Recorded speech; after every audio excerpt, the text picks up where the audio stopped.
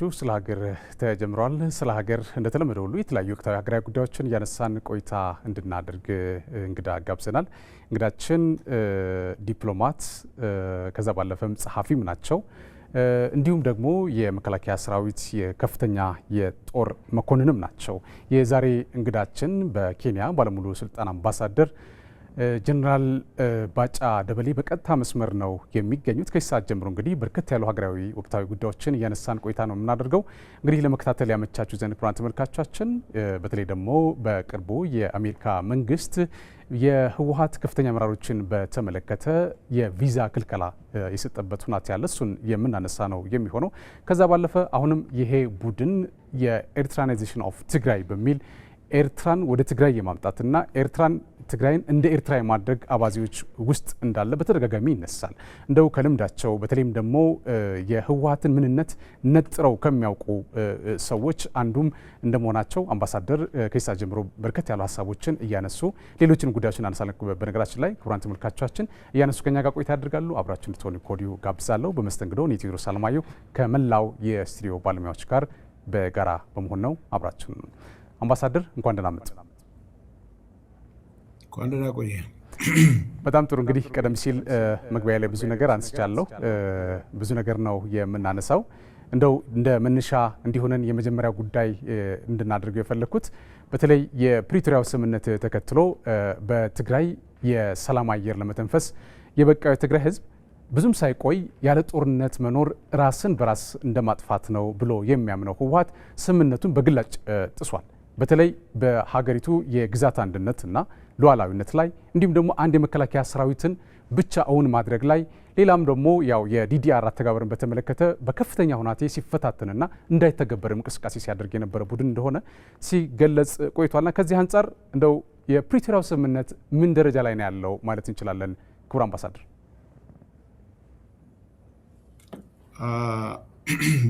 የፕሪቶሪያ ስምምነት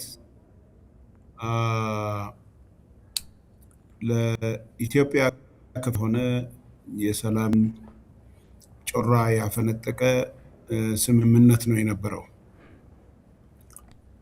ቲፒኤልኤፍ የፕሪቶሪያ ስምምነት እንዲፈረም ሁለት ተደራዳሪዎችን በሚበት ጊዜ ሶስተኛውን ውጊያ ጀምሮ ነበርና በዛ በውጊያው ከፍተኛ የሆነ ጥቃት ስለደረሰበት በኤኒሚንስ ወይም ደግሞ በጣም በተፋጠነ ሁኔታ ይሄ ሲስፋየር እንዲደረግ ከዛ በኋላ ስምምነቱ እንዲቀጥል ከዚህ ከደብረጽዮን ግሩተኛ የሆነ ጭቅጭቅ እንደነበረ አቶ ጌታቸው ረዳ በተለያየ ጊዜ ለሚዲያው ገልጸዋል። ፕሪቶሪያ ስምምነት በዋነኛነት በከፍተኛ ደረጃ የመንግስት ቢሆንም ቲፒኤልኤፍ ግን እኔን ከሞት ያድነኛል ብሎ በፍጥነት ይሄ የፕሪቶሪያ ስምምነት እንዲፈረም እነ አቶ ጌታቸው ረዳን ሲጨቀጭቅ እንደነበረ እሳቸው በተለያዩ ሚዲያዎች ኢንተርቪው ሲያደርጉ ሰምተናል። ስለዚህ የፕሪቶሪያ ስምምነት በዋነኛነት ቲፒኤልኤፍ ትክክለኛ ለሰላም የቆመ ቢሆን ኖሮ ለትግራይ ህዝብ፣ ለቀጠናውም በአጠቃላይ ለኢትዮጵያ ፍቱን መድኃኒት ነበር እና ይሄ አልሆነም።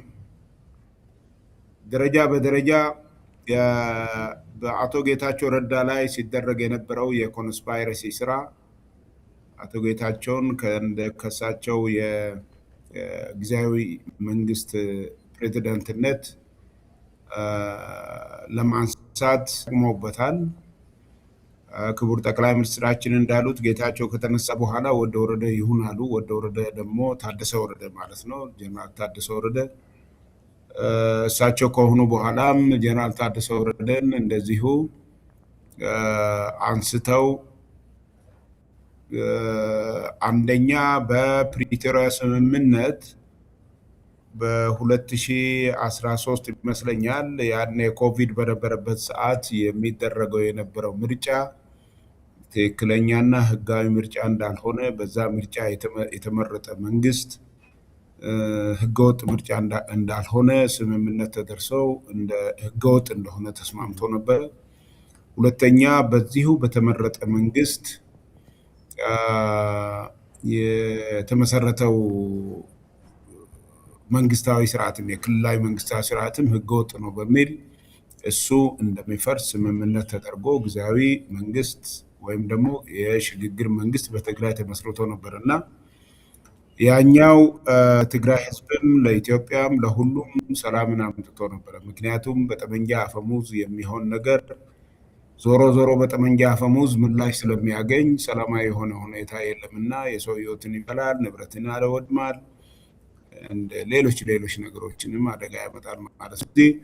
ወያኔ ይህንን ጉዳይ የራሱን ህይወት ለማትረፍ የፕሪቶሪያ ስምምነትን በፍጥነት እንዲፈረም አደረገ እንጂ በመሰረቱ የፕሪቶሪያ ስምምነትን አልተቀበለም። ስለዚህ ያን ያልተቀበለውን ስምምነት ህገወጥ በሆነ ምርጫ የተቋቋመው መንግስት ጊዜው ያለፈበትን መንግስት መልሶ በማቋቋም መፈንቅለ መንግስት ይሁን መፈንቅለ ጊዜያዊ አስተዳደር አድርጎ በደብረጽዮን የሚመራው ህገወጥ የቲፒኤልኤፍ ሃርድኮር ወደ ስልጣኑ መጥቷል። አሁን በትግራይ ውስጥ ይሄ የመንግስት ዲክለር ያደረገው አይደለም ወይም በግልጽ የተናገረው ነገር አይደለም። የፕሪቶሪያ ስምምነት የሚባለው ነገር ወደ ቦታው እንዲመለስ ስራ ይሰራል እንጂ በመሰረቱ የፕሪቶሪያ ስምምነት አሁን በትግራይ ውስጥ እየተተገበረ ነው የሚል አይነት አቋም የለኝም። እኔ ፐርሰናሊ የማየው ነገር ይሄ ነው። ስለዚህ ይህን ካልን አይቀር አምባሳደር፣ በተለይ ከ1960ዎቹ አስተሳሰብ ያልወጣው ይኸው ቡድን የፈርዖን ቀንበር ተሸካሚነቱን በግላጭ ያሳየበት ተራማጅ ጦርነትና እልቂት እንጂ ተራማጅ ሀሳብ የሌላቸው በጽናትና በለውጥ ያለችን ሀገር በነውጥ እናሸንፋለን ይሉ ዜሮ ድምር ስብስብ ፖለቲከኞች ጽምዶ ፈጥረናል እያሉ የመጡበት ሁናቴዎች ነው ያሉት። ክቡር ጀነራል፣ እንደው ጽምዶ ምንድን ነው? ለምንና መቼ ነው እየሆነ ያለው ይሄ ጽምዶ የሚባለው ነገር የሚለው ነገር እስኪ እናንሳ።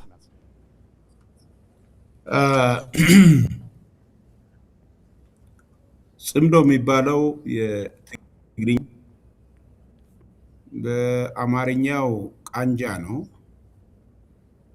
እና ጽምዶ የሚባለው ሊትራሊ ምን ማለት ነው የሚለውን ነገር ቋንቋችንን ትርጉም ለመስጠት ጽምዶ ሁለት ሰዎች ለብቻቸው ማድረግ የማይችሉትን ነገር ተቀናጅተው በጋራ ያላቸውን ሀብት ይሁን አቅም ይሁን አዋተው አቺቭ የሚያደርጉትን ዓላማ ለማሳካት በጋራ የሚያደርጉት ነገር ነው ማለት ነው። ይህንን በጥሩ ምሳሌ ለመግለጽ በሀገራችን የሚታወቅ ለምሳሌ ያክል እቁብ አለ። እቁብን ውስጥ የእቁቡ ዋጋ ወይም አንድ ዕጣ 100 ብር ቢሆን አንድ ሰው በሳምንት 50 ብር ማዋጣት የሚችል ከሆነ ከዛ በላይ ማይችል 100 ብር ማዋጣት ማይችል ከሆነ ሌላም እንደዚሁ 50 ብር ማዋጣት እንጂ 100 ብር ማዋጣት ማይችል ሁለቱ በጋራ የሆኑና 50-50 አዋጥተው በቃንጃ ያንን እቁብ ይገባሉ። የራሳቸውን 50-50 አጣምረው ማለት ነው። ከዛ ውጪ በሀገራችን ባለ የእርሻ ሁኔታ ደግሞ ሁለት ገበሬዎች አንዳንድ በሬ ያላቸው እነዛ ሁለቱን በሬዎች በጋራ ወደ ጋራ በማምጣት አንድ ጥማድ በሬ በማድረግ አጣምረው በቃንጃ ያንን እርሻ አንድ ወቅት ላይ የአንዱን በሬ ባለቤት እርሻ ያርሳሉ፣ በሌላ ጊዜ ደግሞ የሌላውን በሬ ባለቤት እርሻ ያርሳሉ። ጽምዶ የሚባለው የትግርኛ ቋንቋ ያው ቋንቋ ነው፣ ቃል ነው። ቃሉ ደግሞ አተገባበሩ ይሄ ነው። ይሄንን አሁን በኢትዮጵያ የፖለቲካ ሁኔታ የኢትዮጵያ አሁን ጽምዶ ብሎ የመሰረቱት ወያኔና ሻዕቢያ ምንድን ነው? ምን አተው ነው? ምን ጎሏቸው ነው እነሱ ጽምዶን የፈጠሩ የሚል ነገር ማየት ተገቢ ነው የሚሆነው። ወያኔ ለብቻው፣ ሻዕቢያም ለብቻው፣ ምናልባትም ሁለቱም በጋራ ሆነው የኢትዮጵያ መንግስትን ችግር ውስጥ ለመክተት ቢፈልጉ አይችሉም። ለማንኛውም ግን ሁለቱም የኢትዮጵያ መንግስትን ለብቻ የሆነ ወታደራዊ ሁኔታም ይሁን ሌሎች ነገሮችን በመፍጠር መንግስትን የመቀየር ይሁን ኢትዮጵያን የመበተን ባር መበተን ያን መፈጸም ስለማይችሉ መጣመር አስፈላጊ ሆነ። ሁለት የተለያየ አስተሳሰብ ያላቸው ናቸው ጽምዶን የፈጠሩት። ቅድም ያልኩ ሁለት ተመሳሳይ የሆነ አስተሳሰብ ያላቸው ጽምዶን የሚፈጥሩት በእቁቡም በእርሻውም ነግሬሃለሁና አሁን በኤርትራ መንግስት እና በወያኔ መካከል የተለያየ ሀሳብ ይዞ ነው ይሄንን ጽምዶ የፈጠሩት። የወያኔ ጽምዶን የመፍጠር ፍላጎት ከፍተኛ የሆነ ሰራዊት ይዞ ደብረሲና በደረሱበት ሰዓት ከደብረሲና ለመድረስ ይሄን አስታውሳለሁ አረጀባቸው ከቆቦ እስከ ደብረሲና። ከዛ በተረፈ እንደገና ከደብረሲና ደግሞ ተመክተው ስንመልሳቸው ቆቦ ለመድረስ 13 ቀን ነው የፈጀባቸው። ስለዚህ አሁን ወያኔ የኢትዮጵያ ፌዴራል መንግስትን መቋቋም አይችልም ብቻውን። ምክንያቱም መጀመሪያውኑ ጦርነቱ ሲጀምር የፌዴራል መንግስቱን በተለያዩ የሱፐር ኢጎ ወይም ደግሞ የእነሱን አቅም በሚገባ እንደ ወታደር ገምግሞ ሳይሆን አዲስ የተመሰረተ መንግስት ስለ በቀላሉ ልንጥለው እንችላለን ብለን ነው ያን ሁሉ ጦርነት አውጆ የሰሜን እዝን በተኙበት አርደው ከዛ በኋላ የጀመሩት። ከአላማጣ እስከ ደብረሲና ድረስ እንደ ረጅም ዘንዶ ተደርጎ ከደጀናቸው መጨረሻ ላይ ተመትተው ወጥተዋል። ወያኔ ከዚህ በኋላ የኢትዮጵያ መንግስትን የፌዴራል መንግስቱን መገዳደር አይችልም በምንም መልኩ። በዚህ መሰረት እኛ እነሱ እንደሚሉት ወያኔ እንደሚለው ማለት ነው አሁን የዚህ የፕሪቶሪያ ስምምነቱን መሳሪያ ማስከበር፣ በዲዲአር ሰራዊቱበት መመለስ፣ ጊዜያዊ መንግስት ማድረግ፣ ከዛ በኋላ ከተለያዩ ቆይታ በኋላ ምርጫ ተደርጎ የመንግስት መመስረት የሚባለውን ነገር ማለት አሁን እንደገና ወያኔ ወደ ሲና ለመድረስ በሚገሰግስበት ጊዜ አንድ ያላስታወሰው ነገር ማንም በስልጣን ያለ የኢትዮጵያ መንግስት ወያኔን ከስልጣን ወይም ኢህአዴግ የሚባለውን ከስልጣን ያባረረ የለም። መላ የኢትዮጵያ ህዝብ በተለይም በኦሮሚያ ውስጥ የተጀመረው ህዝባዊ ንቅናቄ ነው ወያኔን ከስልጣን ያባረረው። ስለዚህ ይሄ ከስልጣን የተነሳው የወያኔ ሃርድኮር ወደ ስልጣን ለመመለስ ይሁን አዲስ አበባ ለመግባት ደብረሲና ደርሰዋል፣ ግን አልቻለም፣ ተመለሰ። ቢገባም ደብረሲና የሚቆይ አይደለም፣ ተመሳሳይ ነገር ስለሚገጥመው ማለት ነው። ስለዚህ ወያኔ ራሱን ለማትረፍና ህይወቱን ለማራዘም ጽምዶ መፈለግ አለበት ከደብረሲና ከተመለሰ በኋላ። ጽምዶ ደግሞ ከኤርትራ መንግስት ጋር ስምምነት መፍጠር ነው። በሌላ በኩል የኤርትራ መንግስት ደግሞ በመሰረቱ ከኢትዮጵያ መንግስት ጋር ግጭትን የፈጠረው ለምንድን ነው? የፕሪቶሪያ ስምምነት የፈጠራችሁት ወያኔ ማጥፋት ነበረባችሁ የሚል አቋም ስለነበረው መሰረት ከኢትዮጵያ ጋር ተኳረፈ። አሁን ከቲፒኤልኤፍ ጋር እንደውም በሚፈጥርበት ጊዜ ወይም ቃንጃ በሚፈጥርበት ጊዜ የእሱ ዓላማ የፕሪቶሪያ ስምምነትን ማፍረስ ነው።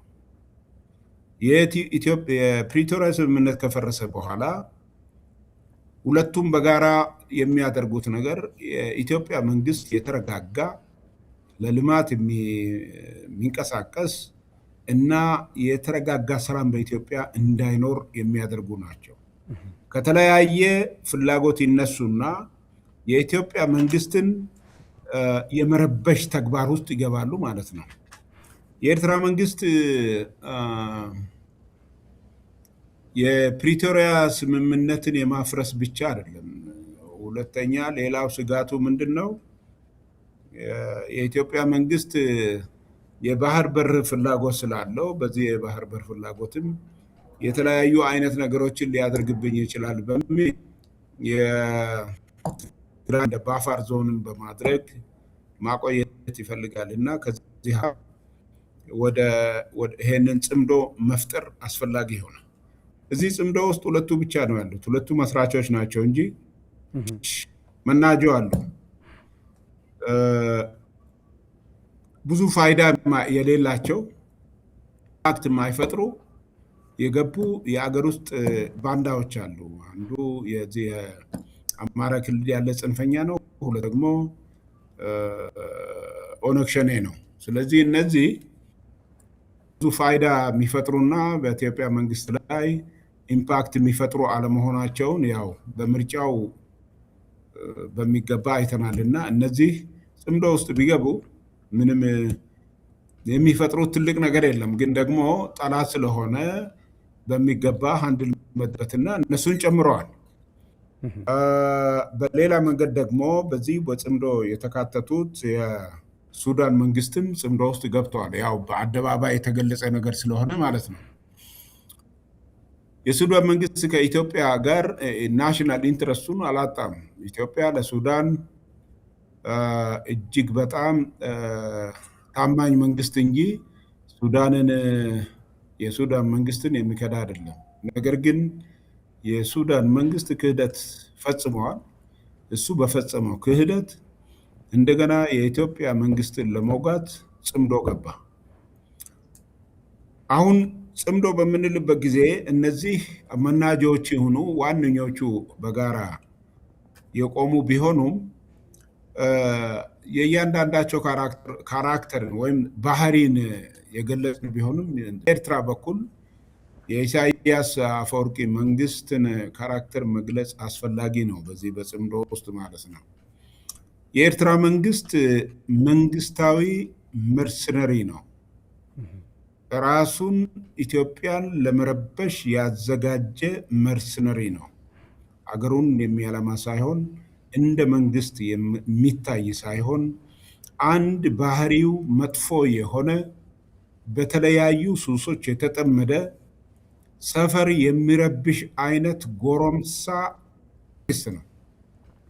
ስለዚህ ይሄ መንግስት ራሱን ለመንግስታዊ መርሰነሪ ያዘጋጀ ነው።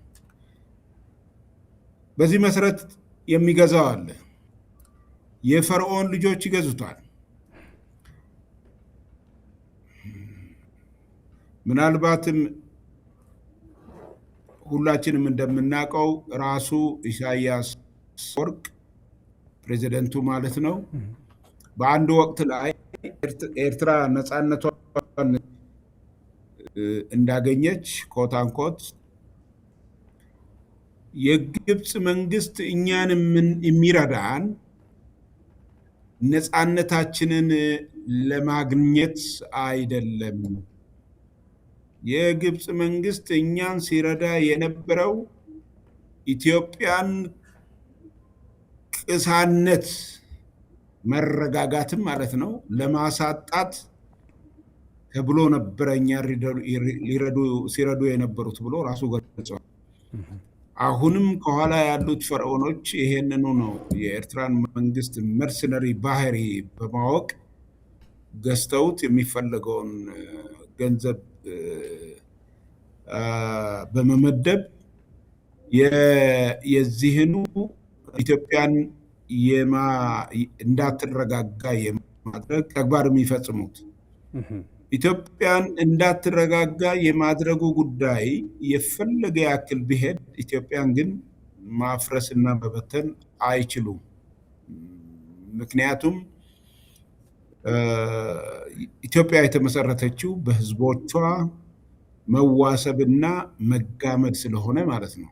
ስለዚህ ጽምዶ የሚባለው ነገር ሊትራሊ ትርጉሙ ይሄ ነው። ከዛ በተረፈ አሁን በጽምዶ የገቡ ሰዎች የኢትዮጵያን ጥንካሬ የኢትዮጵያ መንግስት አሁን የሚሄድበት መንገድ የዚህ የፈርዖኖችን ፍላጎት ችግር ውስጥ ይከታል ከሚል አኳያ ተነስተው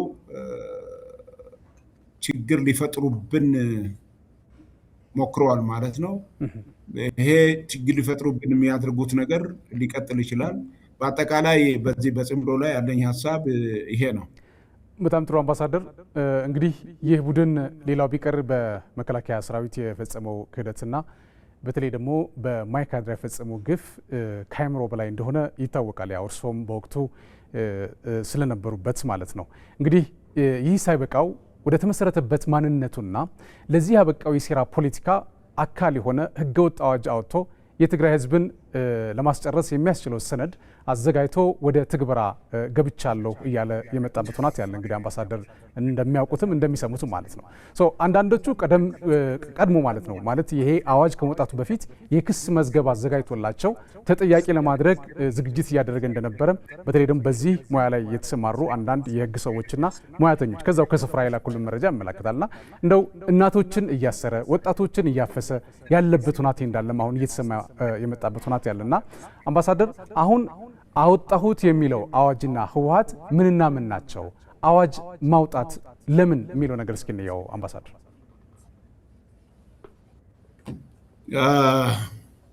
በጣም የሚገርም ነው። የሚገርመው ምንድን ነው የወያኔ ባህሪውን በግልጽ ማውጣቱ አይደለም የሚገርመው። አንድ የገረመኝ ነገር ምንድን ነው እነዚህ ሰዎች እፍረት የሚባል ነገር የላቸውም፣ መርህ የሚባል ነገር የላቸውም ሃርድ ኮሩ። ስለዚህ እያንዳንዱ የሚያደርጉት ነገር ለራሳቸው የሚያሳምናቸውና ከዛ በላይ ደግሞ ደስታን የሚሰጣቸው ነገር ለህዝቡም ለዓለም ማህበረሰብም ደስታና እምነትን ይፈጥራል የሚሉትን ነገር ነው ወደ አደባባይ የሚያወጡት። አንዳንድ ጥያቄዎች ላንሳና ወደፊት በጽሁፍም በተለያዩ ነገሮችም እንመልሳለን።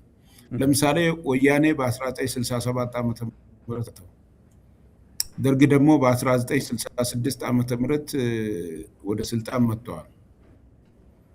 ኃይለሥላሴ በ1967 ዓመተ ምህረት መስከረም 2 ቀን ነው ከስልጣን የወረዱት እና ቲፒኤልኤፍ ደግሞ በ1967 ዓመተ ምህረት ህዳር 11 ቀን በደደቢት ትግል ጀመሩ።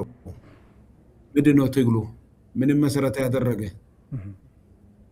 ኃይለሥላሴ እንደ ፊውዳል ስርዓት ወርደዋል እና በዛ በፊት ለምንድን ነው ፈጥነው ወደ በረሃ የገቡት? ምንድን ነው ምክንያቱ? ይህ መመለስ አለበት። የትግራይ ህዝብን ከሌላው ጭቆና ነፃ ለማድረግ አይደለም። በየት ነው የሚለውን ነገር ወደፊት በደንብ አድርገን ተመራምረን ሌሎች ነገሮችን ማስረጃ በጽሁፍ እናቀርባለን። አንዱ ይሄ ነው። ሁለተኛ ነገር እኔ በባህሪው እንግዲህ ወያኔ በምልበት ጊዜ ስድብ አይደለም። የራሳቸው ወያኔ ሓርነት ትግራይ ይባላል። ከዛ በተረፈ ኤልኤፍ ይባላል፣ ትግራይ ሊበሬሽን ፍሮንት። ስለዚህ አለት የፖለቲካ ፓርቲ ስም ያለው ቲፒኤልኤፍ ብቻ ነው፣ ወያኔ ብቻ ነው። በአማርኛ ትህነግ ይባላል። ስለዚህ ይሄን ስታይ 3 ስም ነው ያለው እና ወያኔ የሚለው ነገርም እነሱም ስማቸው ስለሆነ በዚህ መሰረት ወያኔ እያልኩ በአጭሩ ይሄዳለሁ እና እነዚህ ሰዎች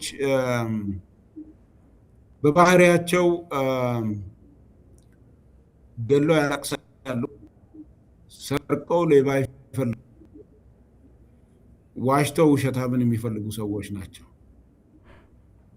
ዛሬ ገለጹት ወይም ደግሞ ያወጁት የነጋሪት ጋዜጣ የሚባለው ምናልባት በ67 ዓመተ ምህረት ዋና 66 ዓመተ ምህረት የተወሰኑ ወራቶችን ቆይቶ ደርግ ስልጣን በወጣበት ጊዜ መሰብሰብ፣ አጀት፣ መቃወም፣ ሰላማዊ ሰልፍ ማድረግ የመሳሰሉት ነገር አውጆ ነበረ። ዴሞክራሲ የሚባሉት የዴሞክራሲ አንዱ ምሰሶ ስለሆነ ማለት ነው። ወያኔ ወደ ስልጣን በመጣበት ጊዜ ይሄንን ደርግ የያዘውን ባህሪን ይዞ መጥቶ ግን ደግሞ ችግር ካልፈጠረበት የሚደራጁ የፖለቲካ ፓርቲዎች አጃቢዎቹ ናቸውና ምንም የሚያደርጉት ነገር የለም በሚል ተቀብሏቸዋል። ከዚህ አኳያ አንድ ታሪክ የማይረሳው በዛን ወቅት ላይ በስብሰባው የተሳተፉ ሰዎች ወይም ደግሞ ካድሬዎች የሚመሰክሩት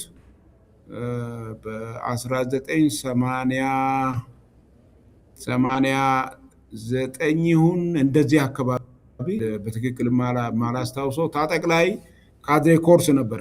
በዛ በካድሬ ኮርስ አንድ ጥያቄ ቀረበላቸው ለካድሬዎቹ።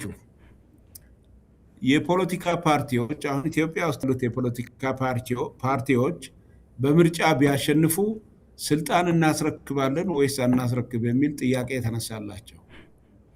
ከዛ በኋላ ይሄን ሄዳችሁ በግሩፕ ተወያዩበት ተብሎ ሁሉም በቡድን ሲወያይበት ገሚሶቹ በፍጹም አያሸንፉም፣ የሚያሸንፉ ከሆነም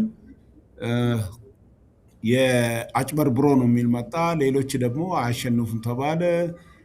ገሚሱ ደግሞ ካሸነፉ ስልጣን እናስረክባለን ብሎ ወደ መድረኩ ይመለሱ እና መድረኩን ሲመሩ የነበሩ ሰዎች አውቃቸዋለሁ፣ ስማቸውን አሁን አላነሳም። እነሱም እንደኔ ምስክር ሊሆኑ ማለት ነው። ትላልቅ የድርጅት መሪዎች ናቸውና ደን ከዛ በኋላ የተመለሰላቸው መልስ ምንድን ነው? እነዚህ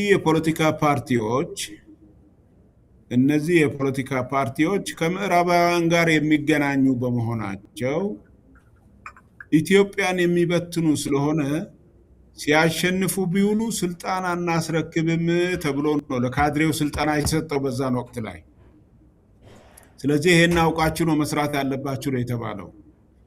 ወያኔ ደግሞ በዛን ጊዜ የኢህአዴግ ፒላር ነው የነበረው። ዋናው ቀላሽ ፓርቲ ቲፒኤልኤፍ ነው የነበረው እና ቲፒኤልኤፍ ገና ከመጀመሪያውኑ አንድ ዴሞክራት የሆነ ዲክታተር ገሚሱን ከምዕራብ ከቀኝ ዘመም አይዲዮሎጂ ያመጣ፣ ገሚሱን ደግሞ ከምዕራባውያን አምጥቶ የኢትዮጵያን ሕዝብ የሚያጭበረብርበትና ለ27 ዓመት በስልጣን ላይ እንዲቆይ ያደረገው አሳሰብ ነው።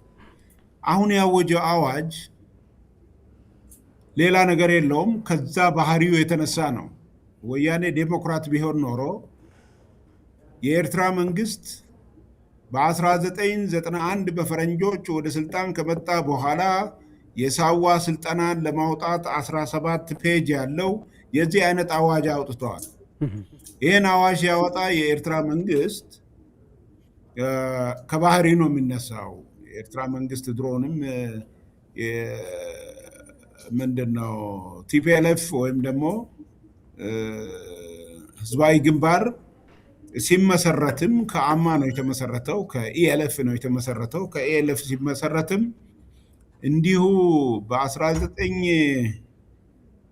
በእኛ በ2013 ዓ.ም ወይም ደግሞ ጥቅምት 24 ቀን ሰሜን እዝ እንደታረደው ኢሳያስ የሚመራው ህዝባዊ ኃይልታት የሚባል ኢሳያስ በኢኤልኤፍ ውስጥ እዛው እያለ ምክትል ነው የነበረው። እሱ ያቋቋመው ድርጅትን ይሄ ህዝባዊ ግንባር ሓርነት ኤርትራ የሚባለውን ህዝባዊ ኃይልታት ብሎ እዛ ፈጥሮ አብሮ ይሄንን የማይቀበሉ የአማ ወይም ደግሞ የኢኤልኤፍ ሰዎችን አብሮ ተኝቶ ፈጅቶ ነው ይሄንን ድርጅት የፈጠረውና ስለዚህ ይሄ 17 ገጽ ያለው ስልጣን ከያዘ በኋላ መላውን የኤርትራን ወጣቶች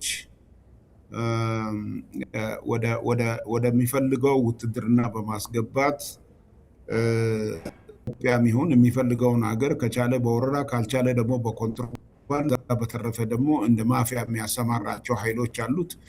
በዚህ አካባቢውንና በዓለም ላይ ኢምፓክት የፈለገ ነበረና እሱ ይሄ 17 ገጽ ያለውን አዋጅ ቢያውጅ የሚገርም ነገር አይደለም። አሁን እዚህ መጥቶ ቲፒኤልኤፍ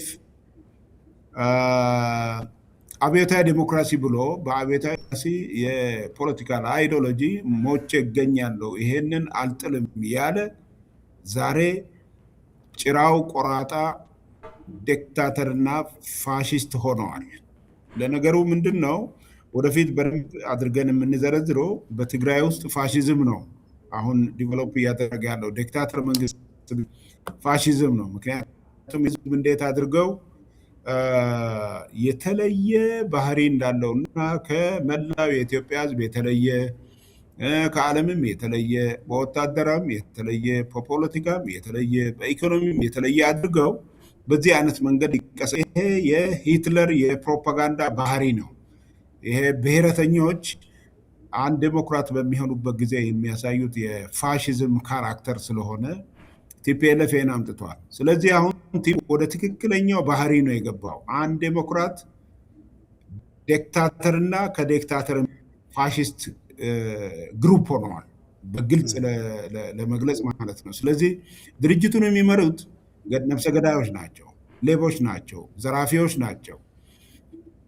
ወያኔ ማነው ስሙ ሻዕቢያ ደግሞ እነዚህን ሰዎች ይፈልጋቸዋል። ምክንያቱም እሱ መርሰነሪ ነው። ከፈርዖኖች የወሰደው ተልእኮ አለ። ይህን ተልእኮ ተግባራዊ ለማድረግ እና ትግራይን ባፋር ዞን ለማድረግ እነዚህ ሰዎች የፌዴራል መንግስቱን ጉልበት ኖራቸውም አይኖራቸውም ችግር ይፈጥራሉ የሚባሉትን ክልል ያሉትን ጸረ ህዝቦችን በማሰባሰብ መንገድ ይሄዳሉ። ስለዚህ የፕሪቶሪያ ስምምነት ሌሎችም ያልካቸው ነገሮችን እኔ በዚህ አይነት መንገድ ነው። በጣም ጥሩ። ምናልባት ክቡር ጀነራል እማማ አኸዛ ያውቋቸው ይሆናል። በተለይ ከሰሞኑ በጣም ትልቅ አጀንዳ የነበሩ ናቸው፣ በተለይ በማህበራዊ ትስስር ገጾች ማለት ነው። እንግዲህ እኚህ እናት ቡድኑን የተመለከተ ከተናገሩት የተወሰነች ሀሳብ እንደው ላሰማዎትና ከዛ በኋላ በዛ ጉዳይ ላይ ሀሳብ እንዲሰጡበት እፈልጋለሁ። ምክንያቱም በጣም የሚጠበቅና ምናልባትም ደግሞ አብዛኛው የትግራይ ህዝብ አይኑ እንዲገልጥ ያደረገ ንግግር ስላደረጉ ማለት ነው። እስኪ እሱን ተከታትለን እንምጣ። ገብረ ክርስቶስ ድዩስ ገብረ ሸይጣን ድዩስ እንታይ ጉዱ ምን ይባሃል ስም ኮኒ ገዝኡ ኾነ ይባሃል ኳዕ መቀለን አልወለድ ዘመደለ ይኾን አብየት ኳዕ ገዛ ለሰርሐ ይኾነ መቀለ አብየት አብየት አብየት አብየት አብየት አብየት ጾል ዳመ ካቦረኹ ካብ ምሕላው ከሓደ ሃፍታም ዳ ወፂ ተልኾን ይማላል ዓሰብ ኳዕ ኸዚ ዝማድ ለይህልይዎ ኳዕ ኸዛዚ አይ ልመርሕሎ እንኳዕ ኸዚ ብብርጭቆ ሰሪሕ ሂጂ ኾነ ገዝኡ አብየት አታምኸርዎ አታምኸርዎ አታልቡላ ይኸይሉ በመስተደ ኾን ተሰዊር ይኾን አታሰብዲዩ ጋኔ እንደኾነ ወፂ ይኾን ካብ ባሕሪ ደኾነ ይኾን ኣነ ገሪምን እንዮ ናዚ ትግራይ ለየስተውዕል ኣነ ደሞ ምኒ ፈሪሄ ዚያየር ክዳን ኾን ተኻዲ እንደ ይኾን ስራሃም ናይና ይህልዮ ዶ ወሊድ ይኾን ቆልዓት ሞባይል ይፈልጥ ለኾነ ሳራሲሩ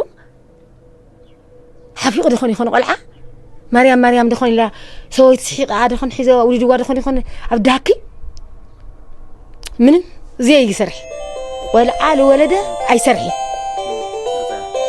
ለይወለደ እዩ ዝኾነ እምበይ ለወለደ ኣይሰርሒ ነገር ምንይ ቆልዓ ለሰራሰረ ኣባ ማማ ልብስ የውሊ ጠቕላላ ለትግራይ ለልዕል ስቁል የውሊ ሽንጣር ጋንየን እዩ ካብ ባሕሪ ወፅዩ ወዲናየው ነርና ጋንየን ነይሮሞ እንደርታማ ኣይ ኣብ ባሕሪ ልስሕቡ ተመራሚሮም ሃማ ካልባማት ላብራድዮም ወሊሰውዎ እሞ ካብኡ ደኾን ሓደ ደኾን ተሪፉ ይኾን ወይ ከዓ ሓዊደላ ወይ ከዓ ዕላላ ወይ ከዓ ቃፂባ ካብኣ ከይኾን ጠረጠረ ኣጋንንቲ ወዲናየው ነርና ኣይነ ብቋንቋ ሕዚ ግን ካብ ቃፂባስ የውን ወዱ የውን ጓሉ ሓደ ጋንየን ወይ ከዓ ጸላሙን ነበረ ሓደ ጋንየን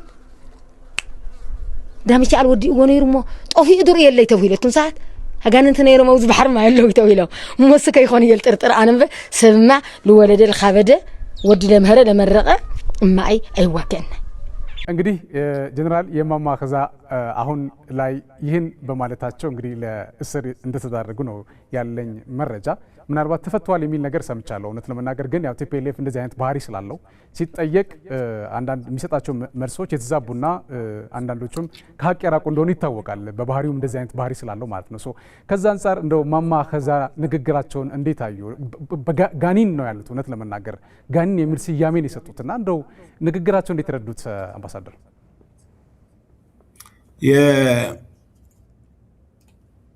የተጋደላይት አኻዛ ነው የምላቸው እኛ ታጋይ የነበረች እናትና ትልቅ እድሜዋ 70 ምናምን ደርሰዋል። ስለ ቲፒኤልኤፍ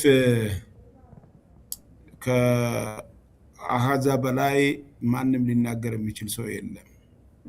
ስለዚህ ቲፒኤልኤፍ ለምሳሌ እዛ በትግርኛ የተናገሩት ነገር ውስጥ ድሮ ሲነገር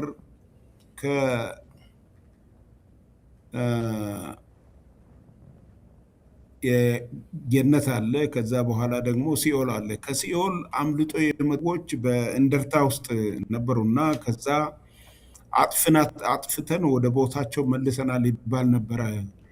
አሁን ምናልባት አንዳንዱ ከዛ የቀረ ይሆናል። ለዚህ ነው እነዚህ ሴጣኖች ትግራይ የሚያስጨንቋት ነው ያሉት። አንተ እንደምታስታውሰው ሰሜን እዝ ተጠቅቶ አንድ የፕሬስ ኮንፈረንስ ሰጥቼ ነበር እና እኔ ያን ጊዜ ያልኩት ነገር ምንድን ነው፣ እነዚህ ሰዎች ከሲኦል አምልጦ የመጡ ስለሆኑ በምድር ላይ መኖር ሊፈቀድላቸው አይገባም፣ ወደ ሲኦል መሄድ አለባቸው። እኛ ደግሞ እዚህ ምድር ላይ እንዲኖሩ ልንፈቅድላቸው አይገባም ነበር ያልኩት እና ከኔ በላይ እሳቸው በተጨባጭ ምስክር ሆነዋል። የቲፒኤልኤፍ ይሄ እንግዲህ ሃርድ ኮሩ የምንለው ደብረጽዮን እና በደብረጽዮን አካባቢ ያሉና በተለይም ደግሞ በውጭም እንደ ግራና ቀኝ ይሄን ነገር የሚያሰባስቡ እና ቲፒኤልኤፍ ለዚህ ደረጃ እንዲደርስ ያደረጉት በሙሉ እነዚህ ሰይጣናዊ አስተሳሰብ ነው ያላቸው። እውነትም ከሲኦል አምልጦ የመጡ ናቸው። እዚህ ምድር ላይ ሊኖሩ አይገባም የሚል ራሳቸው ከየት እንደመጡ የሚያሳይ ነው። ታስታውስ እንደሆነ ቲፒኤልኤፍ ማለት የትግራይ ህዝብ ማለት ነው። የትግራይ ህዝብ ማለት ቲፒኤልኤፍ ነው እየተባለ ይነገረን ነበረ። አሁን እንደዚህ በሚባልበት ጊዜ እንዲህ ጆኖሳይድ ነው ይሉሃል። ቲፒኤልኤፍን ስታጠቃ የትግራይ ህዝብን ያጠቃ ይሉሃል። እነዚህ ጆኖሳይደሮች ናቸው ራሳቸው። ስለዚህ እኚህ እናት ወይም ደግሞ ታጋይ የቲፒኤልኤፍ ሃርድ ኮሩን እንደዚህ በመግለጻቸው ሚስጥራቸውን አውጥተዋል እና ሚስጥራቸውን ስላወጡ ደግሞ በፍጥነት የደብረጽዮን ነፍሰ በላዎች አንገቷን ይዘው ወደ እስር ቤት አስገብቷታል። ይሄ በጣም አሳዛኝ ነው። እሷን ወደ እስር ቤት ያስገቧት እንጂ በምንም ተአምር እነሱ የሞትን መንገድ ወይም ደግሞ የውድቀትን መንገድ ነውና የሚከተሉት። የውድቀት መንገዳቸው ከውድቀት መንገድ የሚያድናቸው አይደለም። ምክንያቱም እጅግ በጣም ሚሊዮኖች አሃዛዎች አሉ። መላ የትግራይ ህዝብ የደብረጽዮን ግሩፕ ሃርድኮሩ የሚያቀነቅነውና ያወጀውንም አዋጅ ሌሎች ነገሮች ተቃውመዋል። የትግራይ ህዝብ አይደግፈውም።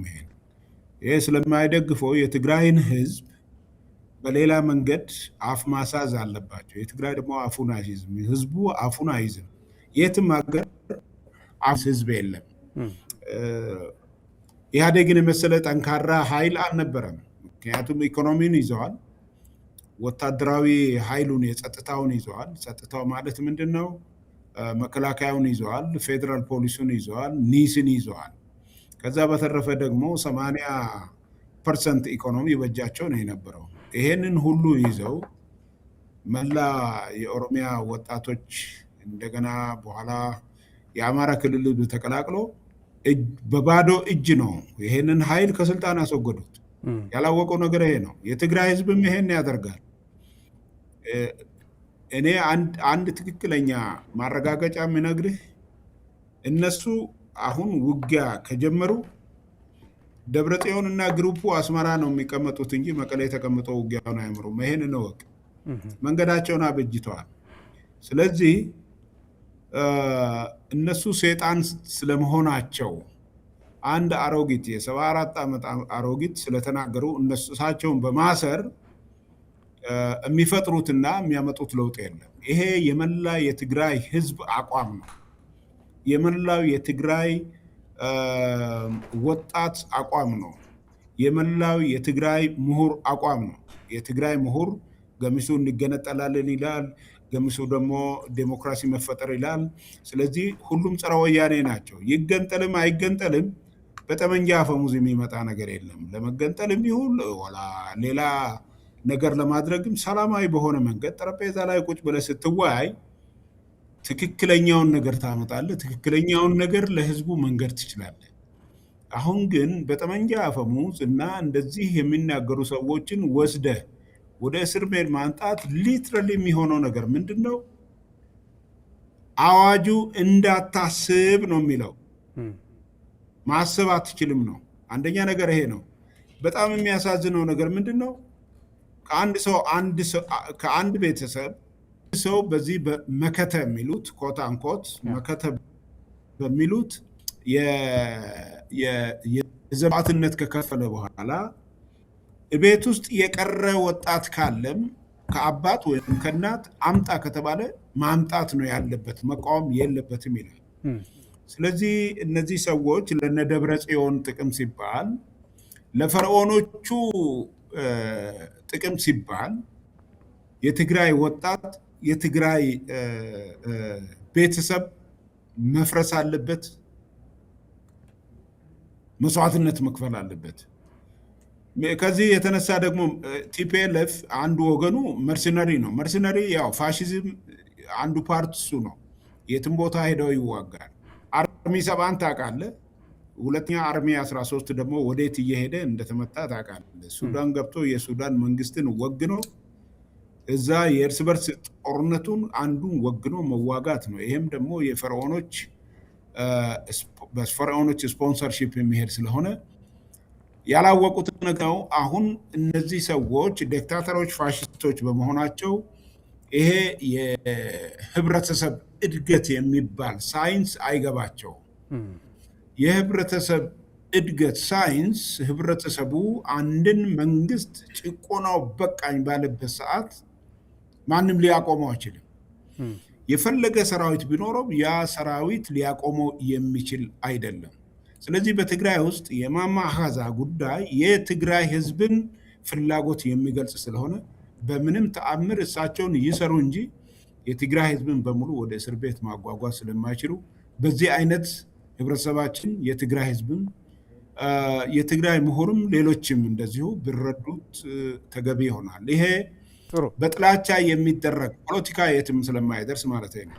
ምናልባት አምባሳደር ሰዓት እንዳለቅ ዳይሬክተር ምልክት ሰጠኝ። ከዚህ በላይ ብዙ ብናወራ ደስ ይለኛል፣ ግን መቅረት የለበትና በ2 እና በ3 ደቂቃ ማጠቃለል ከቻሉልኝ በዚህ አኳኋን ጽምዶ ምን በለው የህወሓት አዋጅ ማለትም ይሄ ኤርትራናይዜሽን ኦፍ ትግራይን እውን ማድረግ አላማቸው አድርገው እየሰሩ እንዳለ በአንድም በሌላ መንገድ እየሰማን ያለንበት ሂደት አለና ይህን ተከትሎም እንግዲህ የአሜሪካ መንግስት በተለይ በቅርቡ በእነዚህ ቡድንና በቤተሰቦቻቸው ላይ የቪዛ ክልከላ ማሳደሩ ይታወቃል፣ ተሰምቷል። እንደው ከዚህ አንጻር ይሄ ኤርትራናይዜሽን ኦፍ ትግራይ ምን ድረስ ሊሄድ ይችላል የሚለው ነገር አሳጥረው እስኪ ንገሩኝ አምባሳደር። ኤርትራናይዜሽን ኦፍ ትግራይ እውን አይሆንም። ይሄን አትጠርጥር። ኤርትራናይዜሽን ኦፍ ትግራይ ይሄን ያመጣው ወያኔ ነው።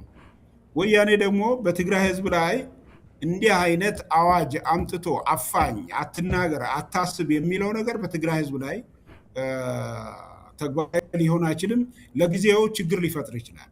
ይሄ በሁለት መንገድ አይሆንም። አንደኛ የትግራይ ህዝብ ይሄን አይቀበልም። ሁለተኛ ደግሞ የፌዴራል መንግስት ስለዚህ ስታብሊሽ ሞር በተለይ እዛ ሄጀሞኒ መፍጠር ፈቃደኛ አይደለም፣ ፈቃድም አይሰጥም።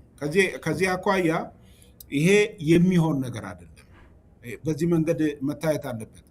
አሁን የአሜሪካ መንግስትም በዚህ የቲፒኤልኤፍ ሃርድ ኮሩ ላይ ያሳለፈው ውሳኔ እጅግ በጣም አስፈላጊና የሚቆነጥጥ ነው። ይሄ በእነሱ ብቻ አይደለም። ልብ አድርጉ። ውጭ ሀገር ኖረው በለው ፍለጠው ቁረጠው ለሚሉ ሰዎችም አሜሪካን መሰረት አድርጎ ለነሱም ነው፣ ለነዚህ ብቻ አይደለም።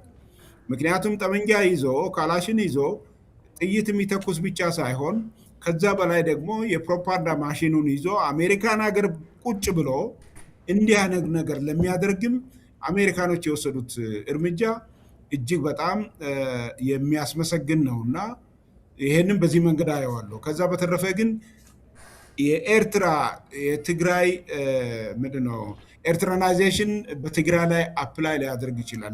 ለጊዜው የተወሰነ ተጽዕኖ ሊያሳድር ይችላል እንጂ እኔ ኢትዮጵያዊ ነኝ የሆነ ሰው አምጥቶ የሌላን አገር ኤርትራዊ ሁን ብለኝ አልሆንም። ናቹራሊም አይሆንም። ሁለተኛ በአቋም ደረጃም የትግራይ ህዝብ ያንን አይቀበልም። ሶስተኛ ደግሞ የፌዴራል መንግስቱ ዝም ብሎ የሚያይ አይደለም። ከዚህ አኳያ ነው የማየው።